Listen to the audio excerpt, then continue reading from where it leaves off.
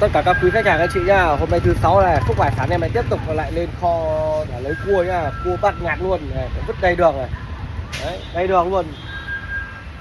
Đang chuẩn bị đi đây là các nhà đơn vị này, các tỉnh cua rất nhiều luôn, bên nhà em cũng nhập cua cả màu già, đánh số lượng, đang chuẩn bị số lượng lớn, chỉ cần anh chị ủng hộ lên đơn ở Facebook em nha. Phúc Hải Sản này luôn luôn có những mặt hàng hải sản cao cấp, đều chung những mặt hàng cao cấp như cua hoàng đế, tôm hùm Malacca, cá hồi Lao Ri và tôm hùm bông, tôm tre. Hiện nay đang là lấn sân thêm ra các mảng là nội địa lại, là cua Cà Mau, cua 5 căn, hàng cua là ngon nhất ở Cà Mau luôn. Anh chị có nhu cầu liên hệ qua hotline ủng hộ Phúc Hải Sản em nha. Kính chúc tất cả các quý khách hàng anh chị ngày mới vui vẻ. Xin chào mọi người ạ. Cua vẫn bắt ngạt luôn, rất nhiều xe luôn. Đây đường.